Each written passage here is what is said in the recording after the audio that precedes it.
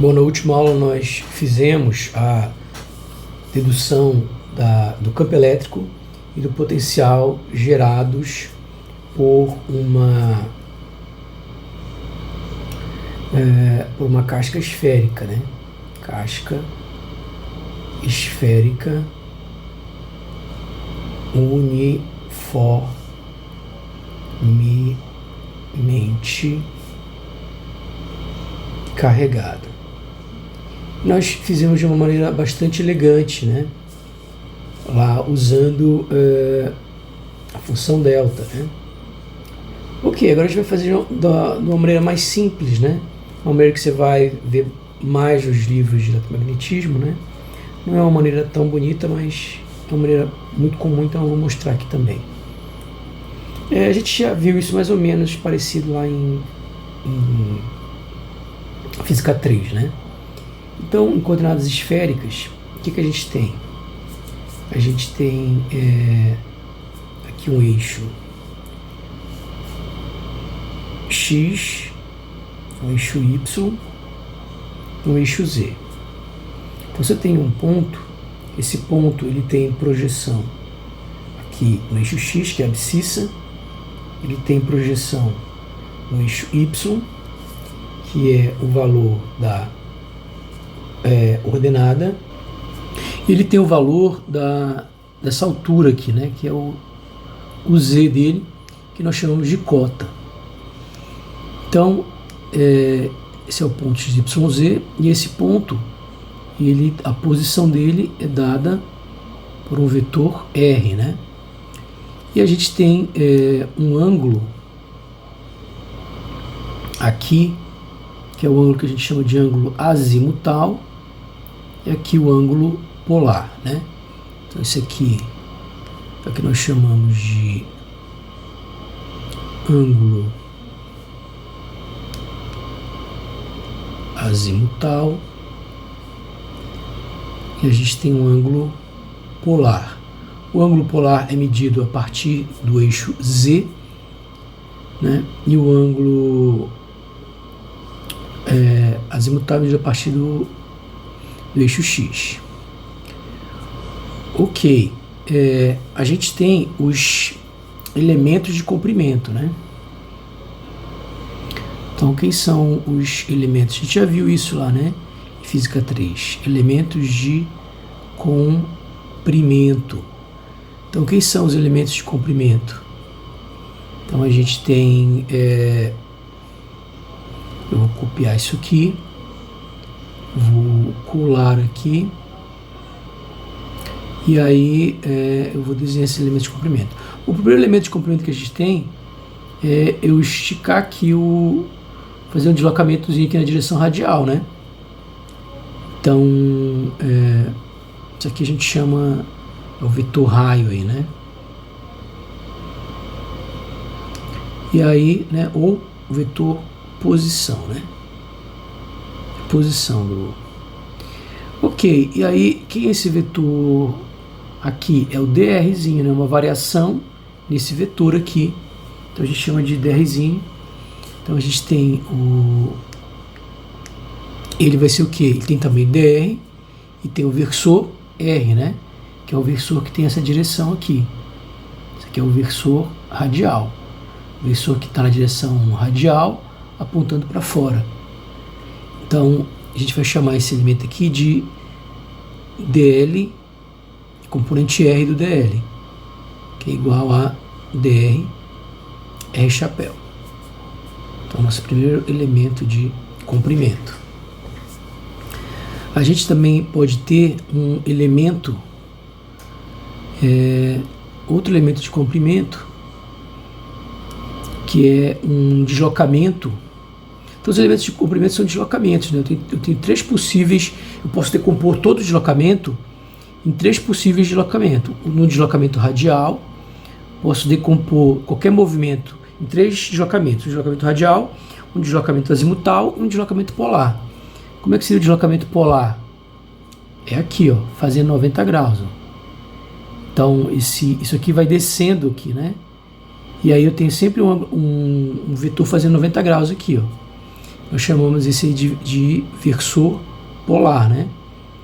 Então tem um versor aqui, que é o versor polar, e esse elemento aqui de deslocamento, esse deslocamento ele vai ser o tamanho do deslocamento, que é esse eixo aqui, ó, ele tem um nome, né? Esse eixo aqui é o eixo ρ, ok? De tal maneira que eu posso escrever, se eu olhar daqui, ó, né, se eu olhar de frente para cá, assim, o que eu vou enxergar? Eu vou enxergar o eixo Z aqui,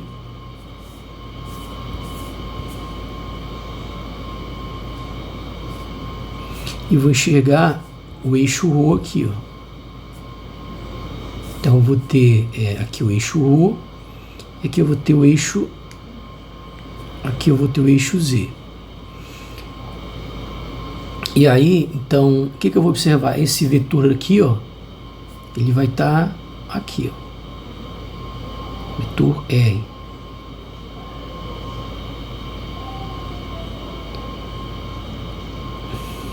Eu tenho esse ângulo, eu posso fazer um deslocamento azimutal, que é justamente, ó, pegar esse vetor aqui e eu faço ele ter um certo deslocamento aqui, ó. Então ele está nessa posição e ele se desloca do ângulo aqui de θ, né? Então, se isso aqui é θ, esse deslocamento angular aqui é de θ. A gente sabe que esse deslocamento aqui é aproximadamente, o tamanho dele é aproximadamente o tamanho do arco, né? Então, quem vai ser esse dele? A gente sabe que o tamanho do arco, um arco sempre é o quê? Ele é o ângulo central vezes o raio. Então, quer dizer que essa distância aqui, o tamanho dela, é o ângulo central vezes o raio. É o raio vezes o ângulo central. A gente já viu isso, né? Então, o arco é o raio vezes o ângulo central. Então, R de θ. E o versor é esse versor que aponta para cá, né? É o versor θ. Então, quer dizer que esse cara aqui vai ser o quê? Ele vai ser aqui R de θ, θ chapéu. Ok? Então a gente tem esses dois aqui. E além disso, a gente vai ter por último, né? Então, por último,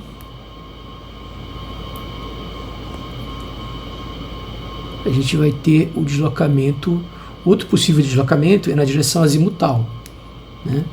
Então, outro possível deslocamento é o deslocamento na direção azimutal. Então, como é que vai ser esse deslocamento na direção azimutal? Então, ele vai ser assim, ó. Eu vou...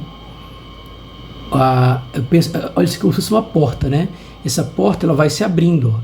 Quando eu vou abrindo aqui a porta no ângulo... Esse aqui é o ângulo de abertura da porta, o ângulo azimutal. Imagina isso aqui como se fosse uma porta, né? E aí eu vou abrindo a porta aqui, ó. É o ângulo de abertura da porta. Então, isso daqui é um vetor perpendicular à porta, né?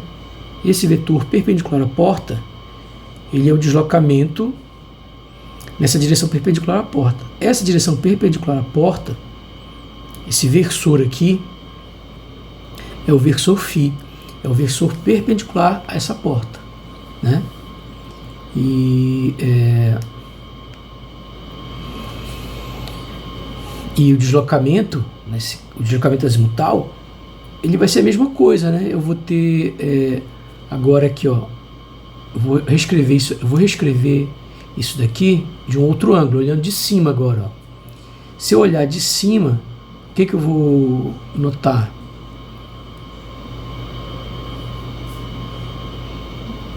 Que eu vou ter aqui o x, o y, né? Esse vetor aqui, ó, esse vetor, esse eixo, ele vai estar aqui, ó. Esse eixo ρ, né? Então eu tenho o eixo ρ aqui. E eu tenho que o ângulo aqui é esse ângulo θ. Só que aí eu vou abrir a porta, né? Quando eu abrir a porta, esse eixo ρ ele vai mudando. Né? O eixo ρ ele muda. Quando eu abro a porta, então eu posso fazer um deslocamento aqui. Opa, não é θ aqui, aqui é φ, o ângulo azimutal. Aqui eu vou ter um ângulo dφ. Né? Esse deslocamento da porta. Então a abertura da porta que eu aumento. E aí, se eu pegar o ângulo central e multiplicar pelo raio, eu tenho esse arco. Né? Então, o que vai acontecer? Esse ponto aqui, ó, digamos que esse ponto aqui é o ponto P. Então, esse ponto aqui é o ponto P', que é a projeção do ponto P em cima do eixo XY. Então, o ponto P' seria aqui, digamos. Seria esse ponto aqui, a projeção. A gente sabe que essa distância aqui, ela é a projeção dessa hipotenusa aqui, é um cateto, esse aqui é um triângulo retângulo, né? Então, se a gente for olhar, era aquele desenho lá, né? Mas eu vou fazer de novo aqui, ó. Tenho aqui o eixo, tenho o eixo ρ,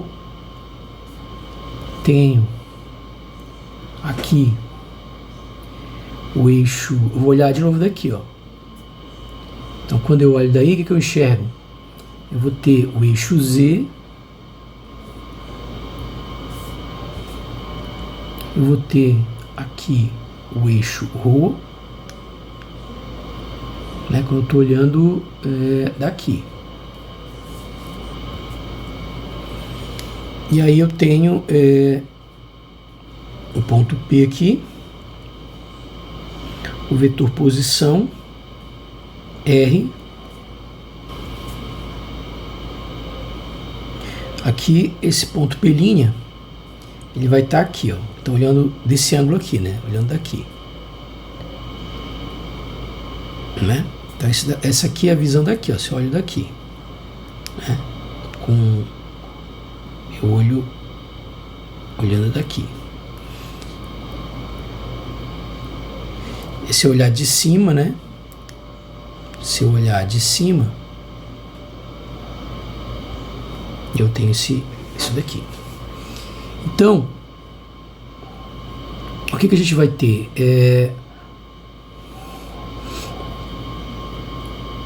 Aqui é 90 graus. Essa distância aqui, ela vale o quê? Ela vale R, que é essa distância. Aí o ângulo, isso aqui é o R, ó, e esse tamanho aqui é R, e o ângulo aqui é o θ. Então quer dizer que o θ está aqui também, ó. Então isso aqui é o R sem o θ, né? Então isso aqui é R sem o θ. Então quer dizer que quando eu pego do P', a distância do P' até a origem é R seno θ. A distância daqui do P' até a origem é R seno θ, que é isso aqui sem o θ. Então quer dizer que esse raio aqui é R seno θ.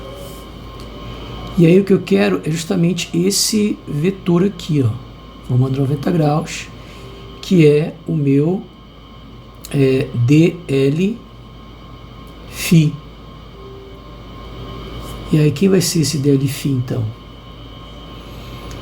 Então o dl φ ele vai ser o raio vezes o ângulo central. Então é R seno θ, que é o raio, e o ângulo central é dφ, né? O ângulo central é dφ.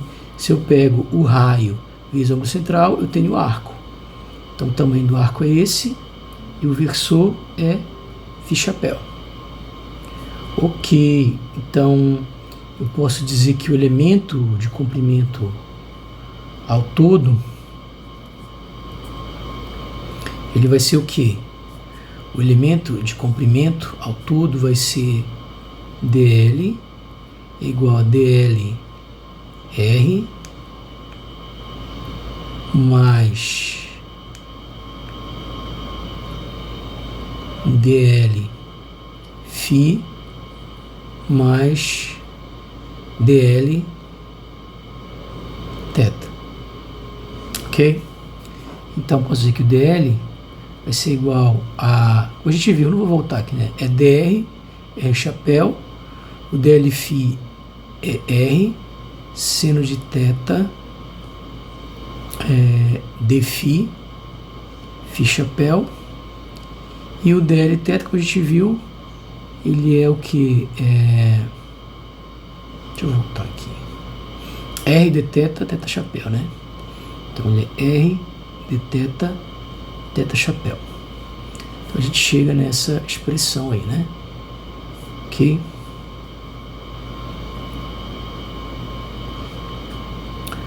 Então esse aí é o elemento total.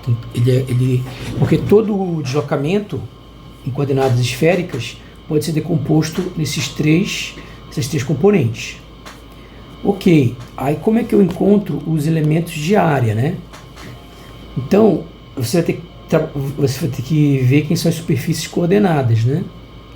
Então, as superfícies coordenadas, elas ocorrem para cada valor constante de variável, né? Então, então, vamos calcular as superfícies elementares.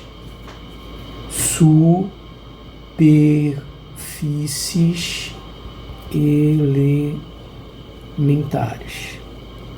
Então, para você encontrar as superfícies elementares, a primeira coisa que você tem que fazer é ter as superfícies coordenadas. Então, a primeira que você vai ter é quando você tiver uma esfera, né? Então, imagina que eu tenho uma esfera aqui. O que caracteriza essa esfera?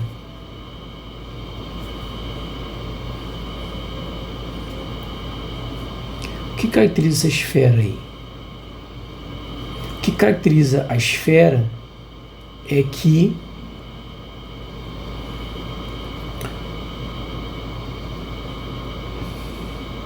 eu tenho uma superfície.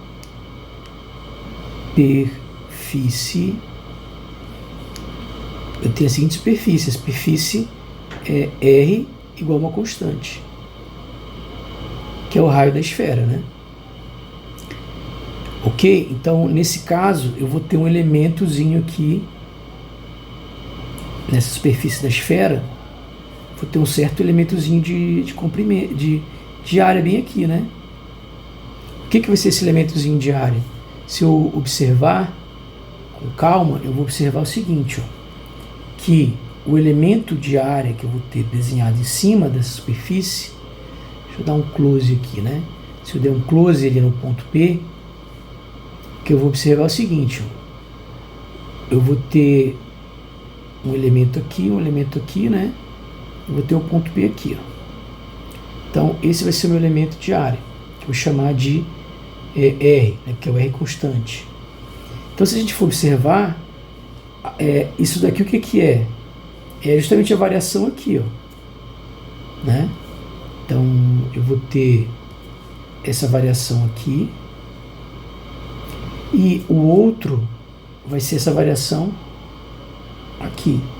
Então, o dl θ e o dl φ, eles são exatamente o lado, né? Imagina como se fosse uma laranja isso aqui, né?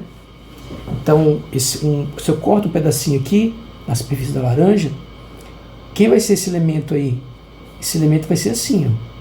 Ele vai ter aqui o dl φ, e vai ter aqui o dl θ. Ok? Bom, um vetor eu posso deslocar, né? Então, ao invés de colocar embaixo, fica melhor colocar em cima para ficar mais fácil de enxergar, né? Não faz diferença colocar embaixo ou em cima, né? Posso deslocar livremente vetores, como a gente sabe. Mas fica mais fácil enxergar ele aqui em cima. Ora, usando a regra da mão direita, eu tenho que desse para esse, para poder gerar isso aqui, né? Eu vou com todos os meus dedos da mão, pega sua mão direita, pegue todos os seus dedos e levem daqui para cá. O seu polegar vai estar para onde? Vai estar para cá, tudo para cá. Então quer dizer que o DS aí, e a gente sabe que a área essa área aqui é exatamente a área do produto vetorial. A área do produto vetorial é a área do paralelogramo, né? Que no caso aí é um retângulozinho. Um retângulo é um caso particular de paralelogramo, né? Quando o ângulo entre os vetores aqui é 90 graus. Então isso aqui nada mais é do que a área do paralelogramo, que é a área do... E o versor também bate, né? Então tá tudo certinho. Então quer dizer que o DSR, ele nada mais é do que DL θ vetorial DL φ. Porque isso aqui tem o mesmo versor, né? É o versor perpendicular. E ele tem... e a área, e o módulo dele é essa área. Então, exatamente o elemento de área que a gente já viu. Então, o que isso vai dar? Se eu fizer essa continha aqui, eu vou ter que... O DSR, ele vai ser igual a... Vamos ver aqui. Então, tem que ser esse aqui, né? Vezes esse aqui. Então vai ficar R vezes R quadrado, seno de θ, dθ dφ. Então vai dar R quadrado, seno de θ, dθ dφ. E o versor é o versor R. Ok? Então a gente chega nessa expressão do DS aí. E nas coordenadas esféricas, eu tenho mais outros dois vetores, né? Mais outras duas superfícies coordenadas, né? Outra superfície que eu posso ter é um cone, né?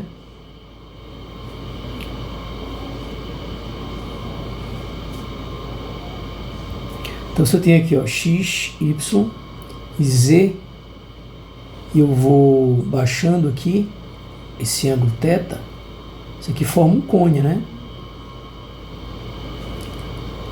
E nesse cone, o que acontece de especial? O que vai acontecer de especial aí é que isso aqui, esse cone, o que é esse cone? É uma superfície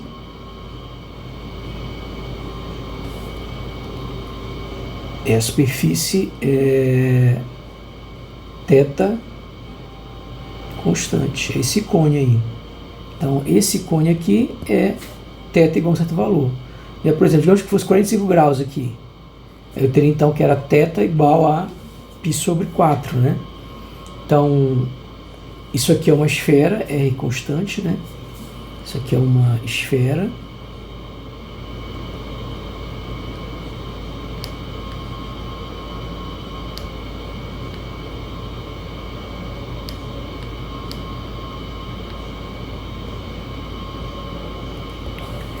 E nesse caso aqui eu tenho um cone, tá? Θ igual a constante, é o ângulo angular igual a uma constante, é um cone. E aí, nessa superfície que eu desenhei aqui agora, ó, eu vou ter uma variação aqui na direção radial, ó, e eu vou ter, uma variação aqui azimutal e uma variação radial, né? Então agora o elementozinho DS, ó, vai estar aqui. Se eu for dar um close nesse elementozinho DS, o que eu enxergo? Então ele vai ter esse aqui é o meu DS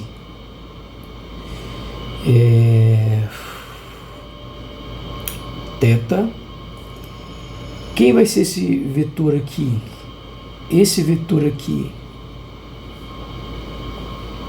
ele é o vetor é o deslocamento azimutal, e esse vetor aqui é esse deslocamento aqui radial, né? Então, é o deslocamento radial, é o meu DLR. Então, eu tenho aqui esse ds θ, ele vai ser o DL φ vetorial DLR, né? Então, se eu for com todos os meus dedos aqui para cá, o meu polegar vai estar apontando, formando um ângulo de 90 graus. Ok. Então, eu vou ter que o ds θ, ele é igual a, então é φr, né? Então, φr é φ R, então é R sino θ, né? R sino θ dφ dr, né? Ok? Então vai ficar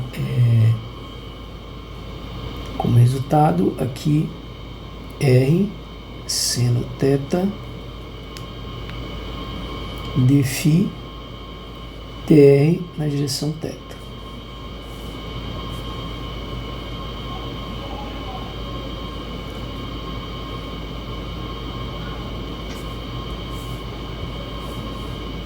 Ok. Agora nós vamos ver o caso do φ constante, que é a portazinha lá, né? Então posso ter a última superfície elementar, essa superfície aqui, x, y, z.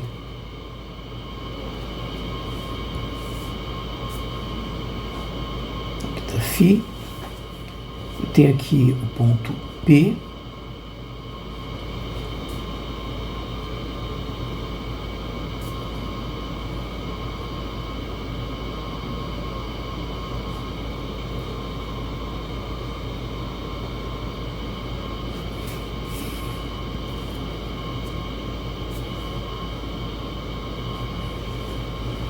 ok, e aí a gente tem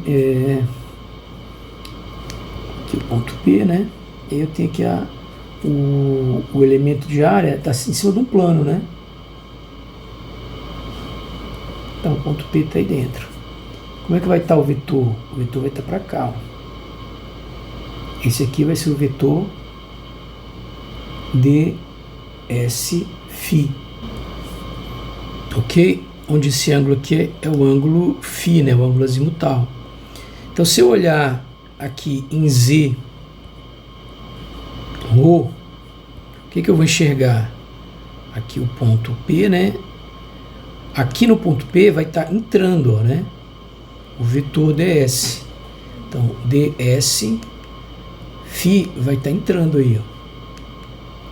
Como é que vai estar o... Então, eu vou ter...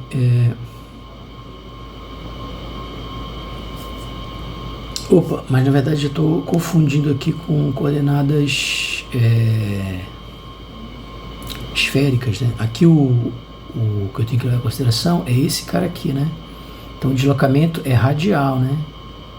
Então o deslocamento tá certo que é nesse plano, só que o deslocamento é radial, né? Então vai ter um deslocamento para cá, vai ter um deslocamento radial, e aí isso vai gerar esse vetor ds aqui, né? ds fazendo 90 graus com esse plano aqui, né? Ok? O nosso ds φ. Ok? E aqui vai ser, então, desculpa, o desenho vai ficar assim, não, né? Vai ficar assim, ó. Então tem o ponto da direção radial, tem o ponto P. Então eu vou ter uma variação aqui radial, né? Tem aqui o R, aí tem uma variação aqui radial, nosso deslocamento infinitesimal, dLr, e eu tenho um deslocamento, não é para baixo aqui, né? O ângulo θ aqui, e ele vem abrindo aqui, né? Então ele faz isso aqui, ó. É o nosso dLθ. E aí, como a gente mostrou, aqui é dLr. O ds está entrando, né? Então esse aqui é o nosso ds φ. Ele está entrando aqui, né? Ele está indo para cá, ó.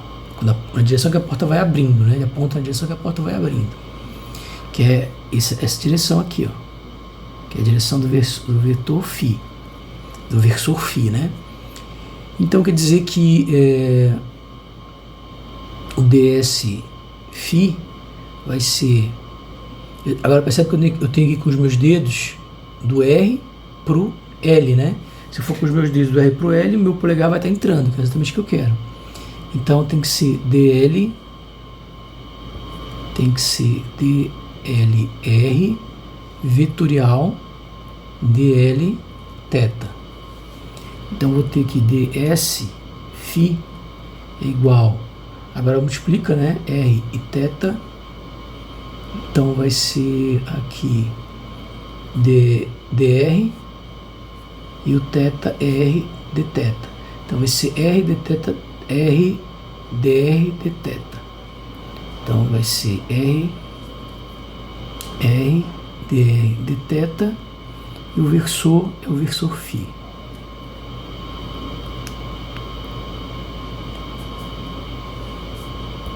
Então aqui a gente tem o último, né? Elemento. Bom, o elemento de volume é fácil, né? O elemento de volume, se eu observar isso aqui, vou copiar aqui, ó.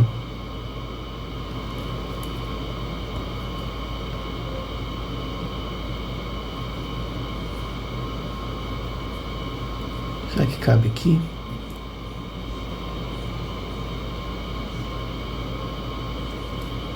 Então vou colocar aqui, ó, elemento de volume, elemento de volume. Então o elemento de volume é só terminar a caixa, ó. É só colocar aqui essa em direção azimutal, e eu fecho em um cubozinho aqui, né? Um paralelepípedo, na verdade, né? Deixa eu ajeitar aqui, tá mal desenhado pra caramba. Esse aqui tá aqui, o outro tem que ser paralelo a ele, né? E esse aqui tem que ser paralelo com esse cubo aqui. O vetor que falta é esse daqui, né? Então esse daqui eu sei que ele é dLr, esse daqui é o dl θ, esse daqui é o dl φ. A gente viu que o produto, a gente tem que fazer o produto misto entre eles, né? Para a gente conseguir. Então eu poderia fazer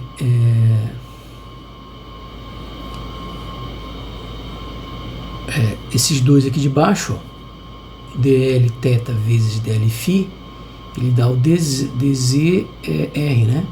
O dsr, que é esse aqui, né? Então fica esse daqui multiplicado pelo, né? Então vai ficar dlr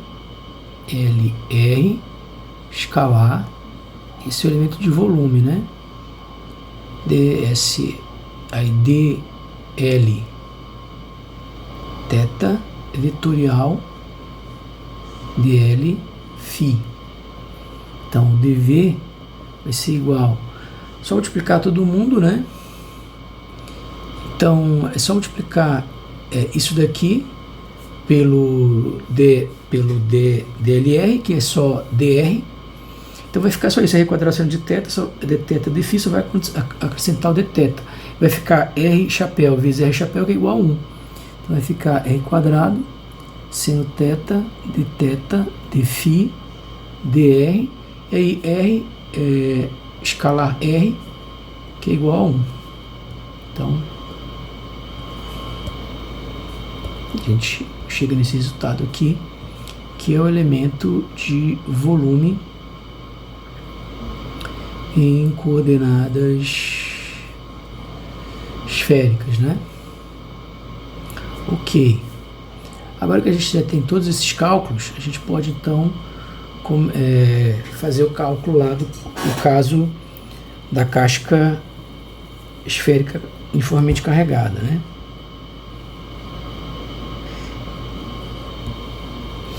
Bom, a esfera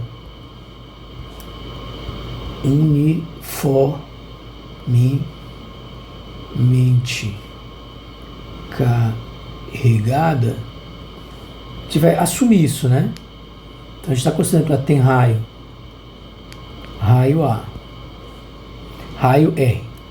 E ela vai ser envolvida, ou ela vai conter, uma superfície gaussiana de raio Rzinho. Então a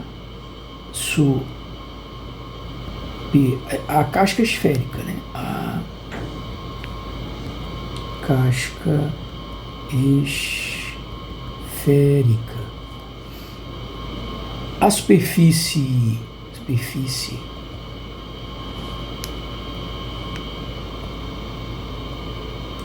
gaussiana tem raio R, ok? Então o que a gente vai ter é que, bom, o campo, a gente sabe que ele vai ser função apenas da posição, né, por uma questão de simetria, independente de o campo estar dentro ou estar fora, eu vou colocar duas superfícies, a superfície gaussiana como uma esfera concêntrica à superfície. Logo, por uma questão de simetria, tanto faz onde eu meço o campo elétrico, ele só deve depender do raio, né? Se você está num ponto, né, e observa a esfera, você vai enxergar todos os pontos com as mesmas contribuições tangenciais à direção a esfera, né, daquele ponto, se for uma esfera concêntrica, né? As contribuições são todas idênticas, você vai chegar sempre à mesma coisa, né? Então elas se cancelam. Agora, a componente radial não. A componente radial ela não se cancela. Então, por uma questão de simetria, só vai existir componente radial. Por outro lado, a gente tem que o ds, nesse caso, como é uma... tanto faz se eu estou considerando dentro ou fora, né? Não vai fazer diferença isso, né? Digamos que aqui seja a superfície gaussiana, né? Então, a superfície gaussiana,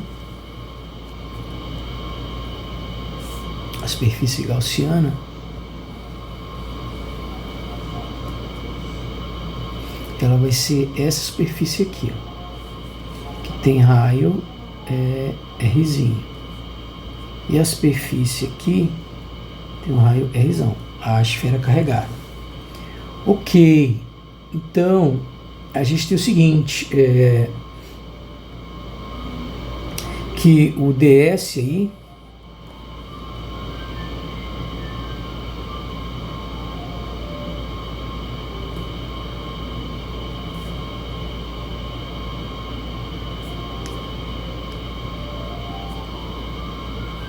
nesse caso, ele vai ser o dsr, né?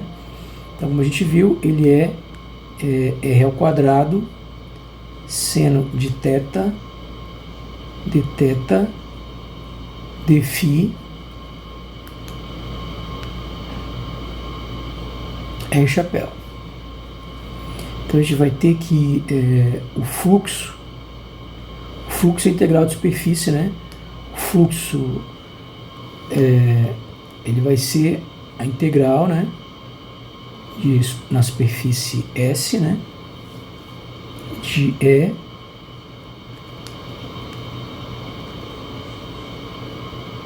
ds, né? Então tem aqui a superfície S, e aí ela vai ser a integral de, fazendo produto, né? Eu vou ter E escalar R igual a 1, sobra o que? Uma superfície integral superfície fechada de R quadrado seno de θ d θ d φ. As variáveis de integração, elas são essas aqui, ó. Significa então que tudo que é função de R é constante, né? A única variável que eu tenho aqui é θ e φ, o resto é constante. Então, como o campo e R quadrado são funções de R, eles vão vir aqui para fora.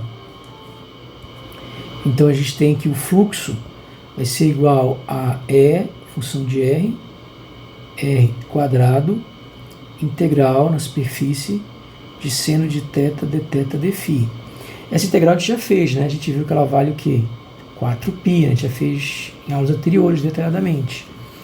Ok, e aí a gente tem que no sistema internacional, a gente vai sempre estar falando porque a gente está fazendo os dois, a gente está fazendo no sistema internacional e no CGS. No sistema internacional, eu vou ter que R, eu vou ter que o fluxo na superfície fechada, ele vai ser igual ao quê? Ele é igual a carga sobre ε0, né? A carga contida, né? A carga interna AS. E aí eu vou ter então que essa integral aí é igual a 4π R quadrado é R, e aqui igual a carga interna, né? A carga interna é a carga na superfície. Ok? Que a gente chamou no problema, lá no problema que a gente resolveu, a gente chamou de Q, né? Que era essa carga aqui distribuída nessa superfície, nessa casca esférica.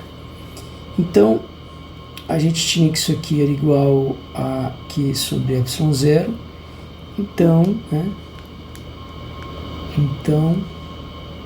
Então a gente tem que esse R é igual a Q sobre 4π ε0 R quadrado. Bom, mas a gente sabe que o E de R, ele é o E de R vezes R chapéu. Então, o campo elétrico, ele vai ser igual a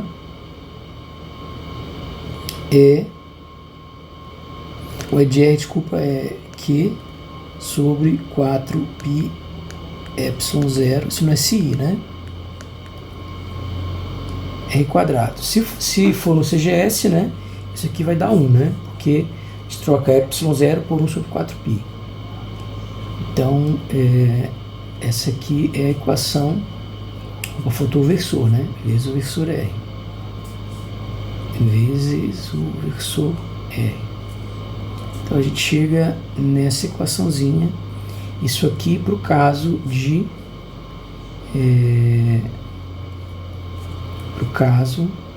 R maior do que R, né? Ou seja, eu estou pegando uma superfície gaussiana lá de fora. Se a superfície gaussiana estiver do lado de dentro, a integral não vai mudar, né? O que vai mudar é que a carga interna é zero, né? Porque como toda a carga está aqui, se eu jogar a superfície gaussiana, né? Então o que acontece quando R é menor do que R? Só muda uma coisa, né? Que a gente vai ter esse cara aqui e a superfície gaussiana vai estar aqui, ó. Então quer dizer que agora eu tenho o Rzinho aqui e eu tenho o Rzão aqui. Então aqui vai ser o meu Rzão. Essa distância aqui é uma distância Rzinho. Então, né? Se eu pego o dentro mas o resto não muda, né? A simetria continua sendo esférica, então o campo elétrico vai ter a mesma forma, tudo vai ficar igual. Então o que vai mudar é que eu vou ter o quê? Vou ter 4πr² é igual a zero. E aí eu vou ter então que o campo é igual a zero. Então o campo dentro ele é igual a zero. E a gente chega então naquele mesmo resultado, né? Ok, mas o que a gente quer é o cálculo dos potenciais, né? Então como é que eu faço para calcular os potenciais? Então nesse caso eu tenho que, para R menor do que Rzão, a gente tem que o potencial em R é igual a menos integral do ponto de referência até a posição R que eu quero calcular é dl, é a fórmula geral, né? Integral do campo elétrico. Então o potencial R vai ser igual a menos integral de infinito até R de Q sobre 4πε0 R quadrado, que eu vou escrever R a menos 2, R quadrado embaixo, passo para cima R menos 2, R chapéu, e o dl é na direção radial, né? Então eu tenho escalar é dr R chapéu. R chapéu escalar R chapéu é igual a 1. Então as constantes todas aqui podem ir para fora, né? Então eu vou ter que isso aqui vai ficar igual a menos Q sobre 4πε0 integral de infinito até R, que no caso vai ser R mesmo, né? Aqui integral de R menos 2 soma com 1 embaixo e repete esse valor embaixo, né? Então fica menos 1 sobre menos 1, né? Então a integral de R a N a gente sabe que é R a N mais 1 sobre N mais 1, né? Então usando essa fórmula, a gente chega nisso aqui, e aí o potencial em R vai ser igual a esse menos com esse menos vai dar mais. Então eu vou ter aqui Q sobre 4πε0 R, né? E o outro no infinito dá zero, então desaparece. Então a gente chega exatamente naquele mesmo valor que a gente tinha encontrado lá no vídeo anterior. Só que você pode também fazer para o caso em que o R ele é menor do que Rzão. Então, no caso em que o R é menor do que o Rzão, você vai simplesmente integrar em duas partes, né? Você vai ter que fazer a integral. Primeiro você integra de infinito até Rzão, que é até o raio da esfera, e depois você integra de Rzão até o Rzinho. Só isso que muda, né?